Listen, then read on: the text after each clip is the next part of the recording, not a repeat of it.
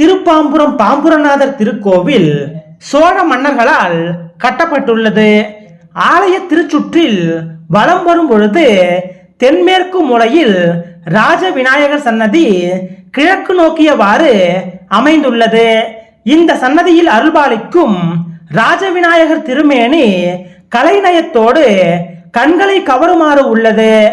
ராஜவிநாயகரை வழிபட்டு விட்டு பிரகாரத்தை மேலும் வலம் வரும் பொழுது சுப்பிரமணிய சன்னதி வருகிறது.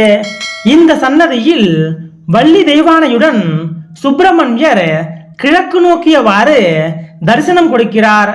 ஆலயத்தை மேலும் வலம் வரும் பொழுது வன்னீஸ்வரர் சன்னதியும் தல விருட்சமான வன்னி மரமும் காணப்படுகிறது. தலமரத்தின் கீழே வன்னீஸ்வரர் சன்னதி அமைந்துள்ளது. இந்த சன்னதியில் வன்னீஸ்வரர் கிழக்கு நோக்கியவாறு அருள் பாலிக்கிறார். வன்னி மரத்தை சுற்றி அமைக்கப்பட்டிருக்கும் மேடையில் ஏராளமான நாகர் சிலைகள் காணப்படுகின்றன. மரத்தில் குழந்தை வரம் வேண்டி கட்டப்பட்ட ஏராளமான தொட்டில்களும் காணப்படுகின்றன. அடுத்து அம்பாள் ஆலயம் வருகிறது. அம்பாள் சன்னதி தனி கோவிலாக பிரகாரத்தில் அமைந்துள்ளது.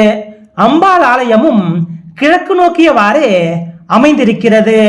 அம்பாள் சன்னதியின் முன்மண்டபம் குவிமாட அமைப்பில் அமைந்துள்ளது. கருவறையில் அம்பாள் வண்டார் பூங்குழலி அழகே உருவாய் நின்ற திருக்கோலத்தில் அருள்பாலிக்கிறாள். அம்பாள் தரிசனத்தை முடித்துவிட்டு வெளியே வரும் பொழுது ஆலய கோஷ்டத்தில் துர்காதேவி வடக்கு நோக்கியபடி அருள்பாலிக்கிறாள். இந்த விஷ்ணு துர்க்கையின் சன்னதி அருகிலேயே சண்டிகேஸ்வரர் சன்னதி அமைந்துள்ளது.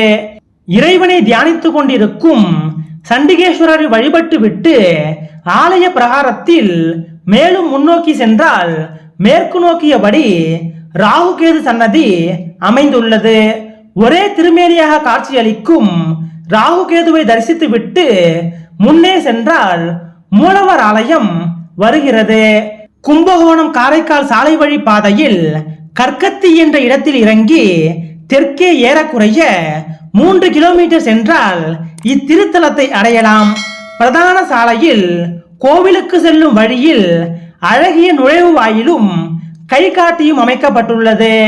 நுழைவு வாயிலின் மேற்புறத்தில் 5 தலை நாகம் சிவலிங்கத்திற்கு குடைபிடிப்பது போன்ற அமைப்பு அழகுற அமைக்கப்பட்டுள்ளது.